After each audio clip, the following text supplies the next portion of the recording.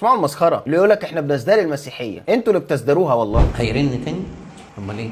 اقفله طيب. بيقول لي كنت قافله. اشتغل بالروح القدس.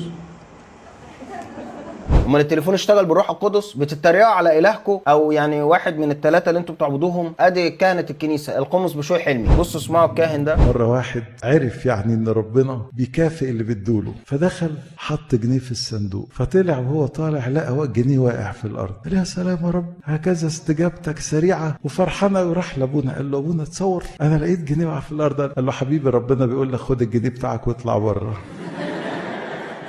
ايه ده؟ ازاي دول رجال الله وبيتكلموا كده عن الله؟ مرة كنت في اجتماع وبعدين واحد من الشباب رفع ايده قال لي فكرك في جهنم؟ قلت له طب فكرك انت ايه؟ قال لي تهويشك.